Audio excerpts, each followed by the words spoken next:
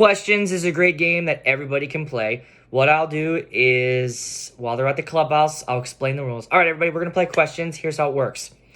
Actually, no. I get them set up first. So I go, all right, here's what I'm going to do.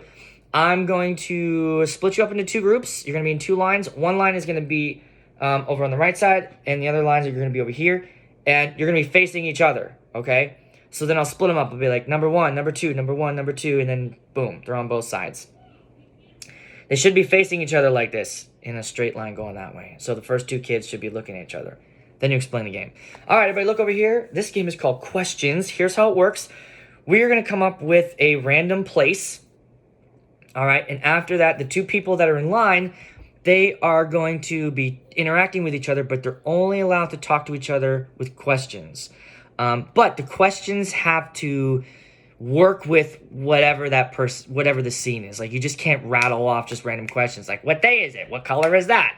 Who are you? Where are we going? You know, you still have to create a conversation, but using questions. So let's say we're at the zoo, and they're the first two up here. This person can be like, what exhibit are we going to go to next?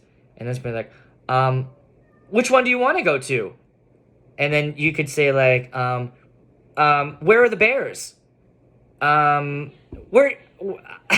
Buzz. So when somebody stumbles, and you're kind of in the back, when they stumble or they don't have a question, you just go buzz, and then that person goes to the back of the line, and the next person is up, and it's their turn to initiate the next question. Same thing goes back and forth. Whenever they stutter, then they're out, and they go to the back, and you guys like my little finger, guys? Then that's kind of how it goes. All right. So one tip you can give them, or if you get a whiteboard, you can write who, what, when, where, and why, and how on the whiteboard.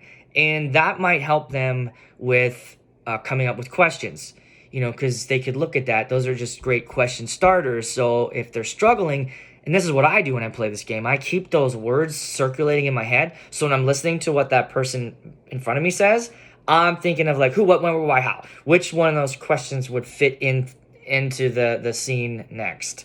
All right, so this is a great game to help them think on their feet, and it's fast-paced, fast-moving. So again, don't let anybody struggle too long. If it's like after over 3 seconds, just buzz, boom, they're out. Next person is back in.